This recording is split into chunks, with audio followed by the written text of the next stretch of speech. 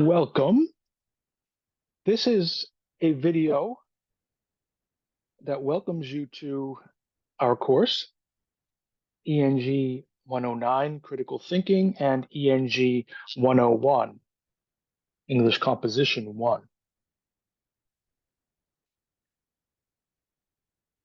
Now, please keep in mind that if you're watching this video and the course numbers or the specific dates don't match up, that's okay. The information in the video is still valid in terms of how to navigate the course.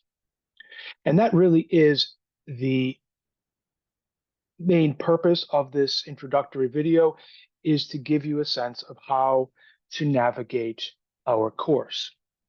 Now, you're all enrolled in these two interconnected courses, ENG 101 and ENG 109.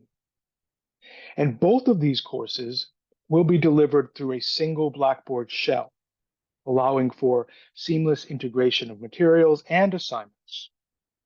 This structure enables you to develop your writing and critical thinking skills in a cohesive and logical manner. In other words, everything's going to be in one place. You may see another course listed in your Blackboard courses for ENG 101 that says private. Don't worry about that. They just have to generate the course because they are two separate courses. But we have all the content for both the courses in this one course shell. So you don't need to worry about that. I know sometimes that worries students at the beginning, but it's not a problem. We've been doing this for a long time, and it works out really well. So the course format is it's asynchronous online, which means there are no meeting times. However, there is support available, so you can email our embedded tutor for appointments, or you can email me if you'd like to set up a Zoom call to go over something. So there is an opportunity for those things. But the basics of the course is asynchronous online, meaning you'll go through the work when you have time during the week, submit the work, and I will assess that work. Now, the weekly structure for the course is that we have 15 weeks plus a final exam period. And I can actually show you that. I'm just going to scroll down so you see all of the weeks in the course are already built out. You can't access them. I'm going to make them accessible I'm going to make sure that you have 2 weeks accessible at any given time. So right now you will have weeks 1 and 2 available at the beginning of the course. So there are 15 weeks. Almost all assignments are due on Saturdays. So our normal week will run essentially from Sunday to Saturday, with most work due on Saturday. There are a few exceptions. There will be 2 Wednesdays during the semester where there'll be work due on those Wednesdays. Those are actually both peer review assignments, which you'll see, but just keep that in mind, that there are a few places where it is necessary that we have something due in the middle of the week, but that's only 2 times.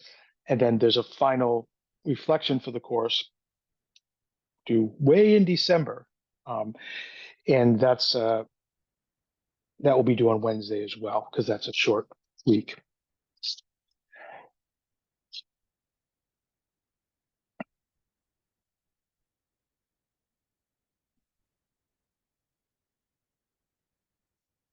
Now, one thing I should mention is that our course theme is going to be artificial intelligence.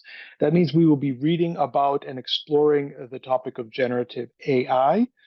and focusing on how that impacts college, college education, learning processes, and workplace and employment. And so the idea is that we'll develop an understanding of how these tools work, explore the benefits and limitations, and discuss appropriate use as well. And please read my statement. Um, I provided a number of statements regarding this that goes into more detail in terms of the goals and the rationale for including that in the course, and for the reasons that I think it's very important. Now, another thing that you're probably noticing is that this course looks a lot different, or it may look a lot different than most of your other Blackboard courses. Um, if this if this is your first semester, you may find that the other courses that you're enrolled in will look a bit different. And that's because we are using Blackboard Ultra for this course. Blackboard Ultra is the most advanced version of Blackboard. And and that means that there's just a lot more functionality, and it's easier to use in a lot of ways, but it may take time to get used to. So there may be a learning curve, but I do believe it's worth it. Um, so I recognize that it might be a little bit frustrating, especially if you're new to the college and you're taking two online courses and they're using different versions of Blackboard. I recognize that. And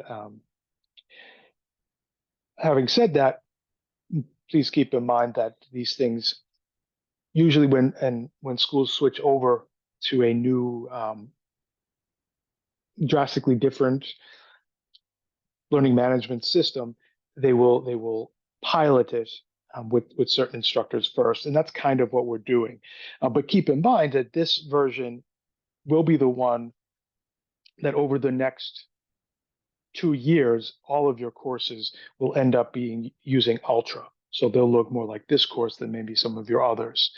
Um, so this is exciting, I think, to be using the newest type, but it may require some additional time to learn it. And that's kind of what I've tried to set up in week one. So let's talk about week one. I'm going to click into week one. I'm in the student view, by the way. I click here, and then you'll see the modules will show up. Now, the way that you should be going about this is you should click on the first one. You should read through the material. If it's a text that it's asking you to read, sometimes I will provide the text directly within Blackboard. That's what I try to do. But sometimes I need to provide a link to a Google Doc because the formatting within Blackboard, it's just it doesn't work as well for certain things. So you would read this. This is basically the information that I've already given you in a little bit more detail here. This is also repeated in some form in the syllabus, just so you're aware. So we see these things. And let me just now get to the part about week one. So week one, this is a shorter week because it starts on Tuesday. Future weeks will run from Sunday to Saturday, with most work due on Saturdays, as I've already said. For this week, these are your tasks. The first one, after we've read this welcome message, is to read my statement on artificial intelligence, a balancing act, and give you some insight into my thoughts and approach and where I think we are as a academic community, as a college, and somewhat as a society regarding generative AI and learning. After that, you will introduce yourself. You'll do this through Blackboard. Then you'll have a syllabus quiz. And then there'll be a perusal assignment. We will have a lot of perusal assignments. So this first one is very important because it lays the groundwork um, through perusal for how to do it well, how to do these things. There's also a link this week in additional resources with things like bookstore, tutoring, advising, IT, and more. So just be wary of the Saturday deadline, things due at the end of the week. So then I would click on next, and you'll see my statement about um, artificial intelligence. I will click next again. There you get to um, your place where you can put your own discussion. And as I've noted in the directions, I do ask that you include a profile picture as well. It can either be here when you edit your profile, and there's directions here, or you can embed it directly in the post. But that's helpful for us to get to know each other a bit in this online setting. I can click, after I do that, I can click next. This will give you a link directly to the syllabus. So I can click on that. That takes you outside to Google Docs. And you'll use this syllabus when you go to the syllabus quiz. I also link, well, I'm going to click Start Attempt. Let's see. Okay, and I also link the syllabus here in the quiz. But then you'll go through the quiz, and when you're done with the quiz, you'll click Submit, and it will automatically be graded. So there's 10 questions for that. See, I'll click Exit. I'm going to say, oh no, I don't want to exit. Get out of this quiz. And what you'll see is it will take me back to this module piece. There'll be the perusal link, which if I click on that, will take me to perusal. It should automatically be creating your account when you do that. Now follow these directions closely that are linked here. So like if there's something highlighted, click on that and see what it's saying. And this will provide you an outline of how to complete this first assignment. The other assignments won't be giving you as many direct directions. It will have you just be commenting on different articles. So I can come back to our Blackboard course, and then you'll see that this is a student resources. This is something that's included for all classes, and this will give you a link to many useful resources that will be helpful for your Middlesex journey, not just this course. Now, one other thing I should mention that I think is kind of cool about Blackboard Ultra is that progress tracking is on, which means when you when you review content for the course, content that doesn't require you to submit something, you can click on it and to say that you've completed it. So this helps you keep track. So let's say you read through the welcome message. You're like, okay, check. I've read this statement, check. And